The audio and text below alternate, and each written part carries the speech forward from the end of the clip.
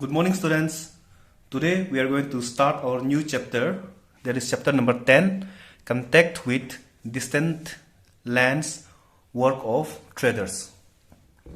In establishing contacts, especially commercial contacts with foreign lands, the traders played an important part since ages long ago, that is, the 6th century BC to the 4th century AD. From very ancient times, India had maintained close contact with distant lands.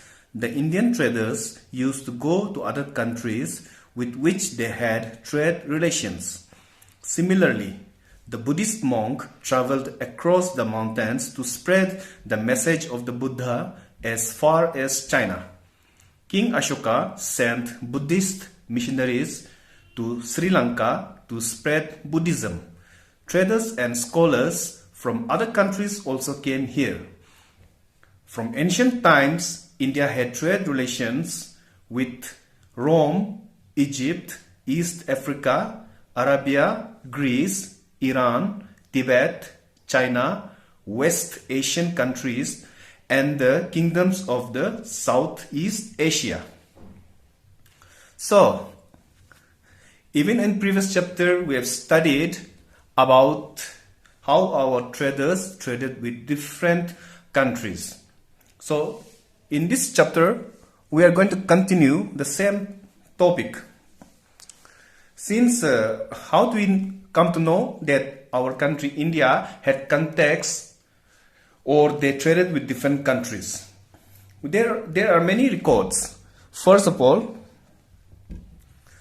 with the help of traders. Our traders, they travel to different parts of the countries, different parts of other countries for trade. Not only the traders, even our Buddhist monk, they went to distant lands to spread Buddhism. Some even went to China, and others, they went up to Sri Lanka under the guidance of Ashoka.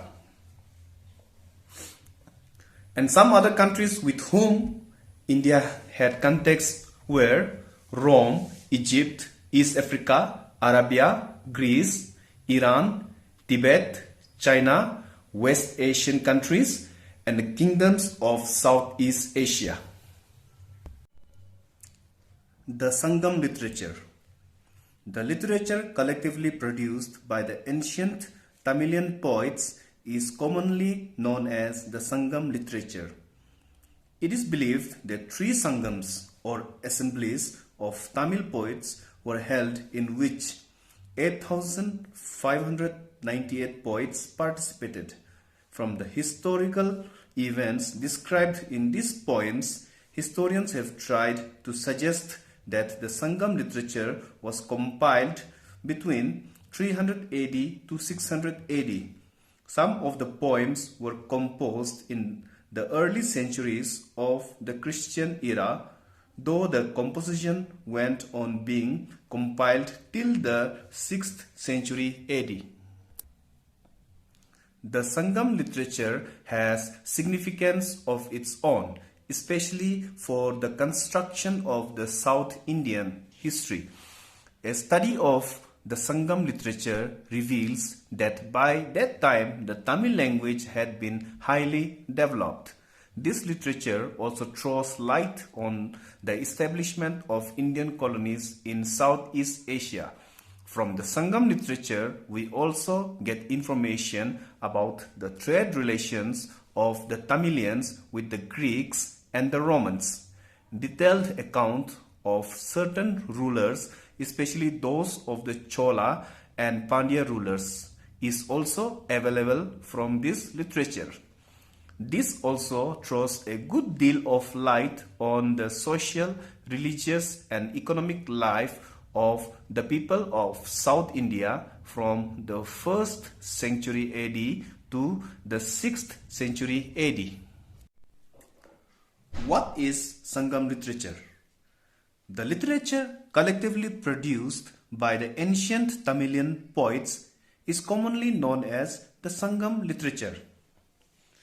And it is believed that during those days, Total of 3 Sangams or assemblies were held where about 8,598 poets participated.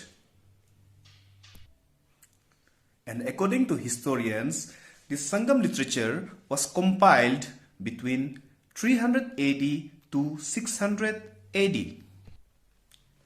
So what are the significance of Sangam literature or the importance of Sangam literature? There were many points to be discussed, but we will focus only on some of the major points.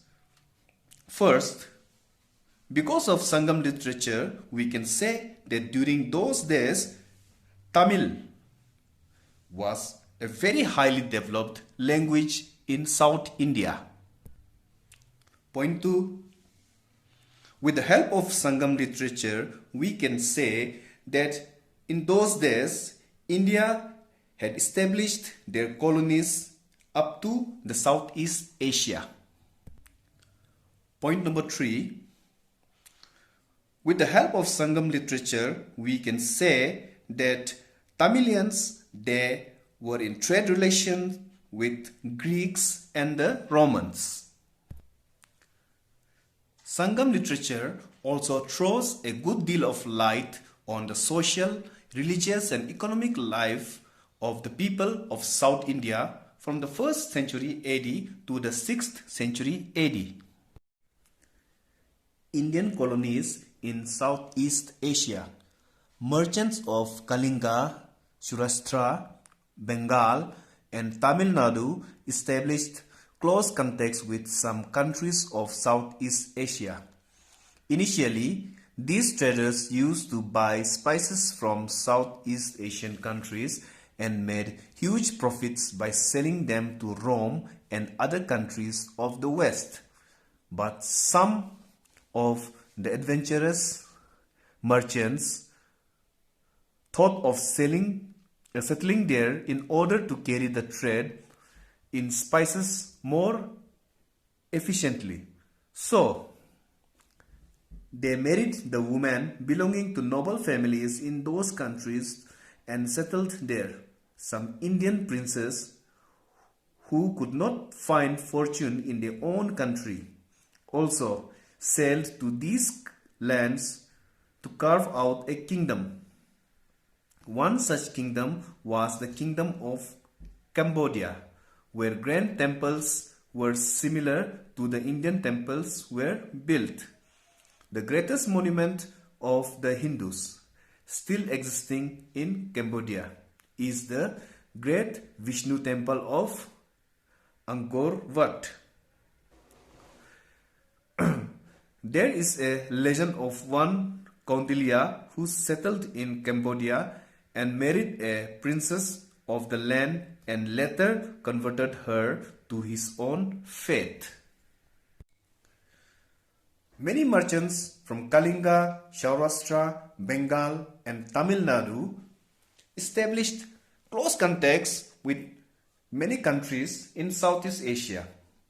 Initially, these merchants, they earned a huge amount of profits by purchasing spices from the Southeast Asian countries and selling it to Rome and other Western countries. But some adventurous merchants, they thought how to increase their profits. So they found out a solution, that is to marry a girl from a noble family from Southeast Asia and settle there permanently. Even some princes from India who could not find fortune in their own country, they went to the Southeast Asian countries to settle there and to carve out their own kingdom. One such example was the kingdom of Cambodia. Because of the Indian settlers, till now we have the largest Hindu temple in Cambodia. There is the Vishnu temple of Angkor Wat. Likewise, the kingdom of Java, Yavadipa, was established by a Hindu prince, Fa Hian, the Chinese traveler who had come to India during the reign of Chandragupta, makes a mention of Java, which was ruled by a Hindu king. Both the ruler and the people worshipped the Hindu gods. Later on, the rulers of Java, like those of India, adopted Buddhism. The Buddhist stupa at Borobudur is the biggest stupa in the world.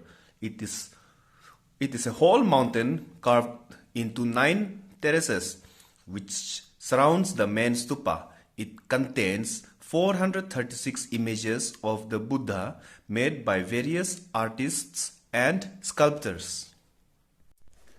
Just like the Kingdom of Cambodia, which was established by a Hindu ruler, even in Java, a Hindu prince established the Kingdom of Java or Yavadipa. When Fa Hian, a Chinese traveler, came to India during the reign of Chandragupta, he mentioned about the Kingdom of Java. Both the people and the king worshipped the Hindu gods. But later on, just like in India, how the Buddhism spread, even in Java, the people began to adopt Buddhism. Currently, the world's biggest Buddhist stupa is at Borobudur. It is said it is a whole mountain carved into 9 terraces which surrounds the main stupa. It contains 436 images of the Buddha made by various artists and sculptors. Sumatra was also a Hindu kingdom.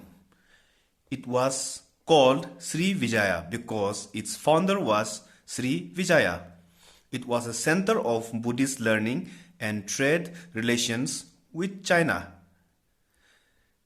Elsing, the Chinese traveler, visited the country. One more Southeast Asian country which was a Hindu kingdom was Sumatra. It was called Sri Vijaya as it was founded by a king called Sri Vijaya. Bali and Borneo were also Hindu colonies. In Bali, the people still follow the Hindu religion. It is said that when Muslims conquered those parts, they had fled here to escape persecution. Thus today, when the people of Java, Sumatra and Borneo follow the religion of Islam, those of Bali practice the old Hindu religion of their ancestor. A Hindu kingdom was also established in Champa or Annam. Amarvati was the name of its capital city. It was also a center of Sanskrit learning. Among many other countries in Southeast Asia that followed Hinduism were Bali and Borneo. Still today, the people of Bali, they worship Hinduism. It is said that when Muslims began to conquer other parts of the Southeast Asia, they forcefully converted them into Islam. So the people of Bali, they had to escape their own territory from persecution from the Muslims. And they still practice the old Hindu religion of their ancestor. Whereas in Java, Sumatra and Borneo, the people, they follow Islam. A Hindu kingdom was also established in Champa or Annam. And Amarvati was its capital and it was a center of Sanskrit learning. Indian kings also ruled in the region which is now called Indochina. The kingdom, which the Chinese call Funan, was ruled by the Indian kings till the 7th century AD. It covered Siam, Thailand, Laos, and Malaya. It was established by the Hindu kings of Cambodia, whose capital was Angkor. Recent archaeological discoveries have proved that Indian merchants, monks, and princes carried the torch of the culture and civilization to as far as Central Asia, China, Japan, Indonesia, Indochina, and several other countries of Asia. Statues of Hindu gods and Lord Buddha have been found in the Gobi Desert and Khotan. The discovery of giant rock-cut statues of the Buddha at Bamiyan in Afghanistan also confirms this view. The statue was destroyed by the Taliban in 2001. Not only Southeast Asia, the Indian kings also ruled in areas of China which they called Indochina. It covered a large area from Siam, which is in Thailand, Laos, and Malaya. And this region was called Funan by the Chinese. And this kingdom was established by the Hindu kings of Cambodia, whose capital was Angkor. According to archaeological discoveries, our Indian rulers, they ruled over a large part of Central Asia, China, Japan, Indonesia, and several other countries. How do we know about it? Because of the remains of Hindu gods and the statue of Lord Buddhas, which has been found all over these countries, including the Gobi Desert and the Khotan. A statue of Lord Buddha was also found in Afghanistan later, which was destroyed by the Taliban in 2001. The Silk Route. The Chinese were the first to unravel the technique of making silk about 7,000 years ago in around 5000 BC. Soon, it became a highly valued article in the ancient world. Some of the Chinese merchants and travelers went to distant lands carrying silk with them. The routes they followed soon came to be known as the Silk Route. The best known rulers who controlled some of the Silk Route were the Kushans, who ruled over Central Asia and Northwest India in the 1st to 2nd centuries AD. During their rule, a branch of the Silk Route extended from the Central Asia down to the Indus River and its ports, from where the silk was shifted to the Western countries, especially the Roman Empire. As a result of which, there was a great flow of Roman gold and silver in India, and India became quite rich. It was because of this fact that the Kushans issued a large number of gold and silver coins, which greatly helped the traders along the Silk Route. According to some historians, the Kushans were perhaps the first amongst the earliest rulers of India who issued gold coins. What is Silk Route? We are going to discuss about it in this topic. 7,000 years ago, or around 5000 BC, the Chinese, they first discovered the technique of making silk. Silk, it became a very highly valued article in ancient world. Many of the Chinese merchants, they traveled very far of places carrying silk with them. And the road which they followed for trading their silk to other parts of the world came to be known as the Silk Route. Many rulers controlled the Silk Route. One of the most famous ruler who controlled it was the Kushanas. The Kushanas, they ruled over Central Asia and Northwest India. With the help of Silk Route, the traders from India and China, they could carry their silk all over to Rome. The Romans were very rich with gold and silver. So it's because of the Romans, the Indian traders became very rich. And with the gold provided by the Romans, the Kushanas were perhaps the first among the earliest rulers of India who issued coins as currency.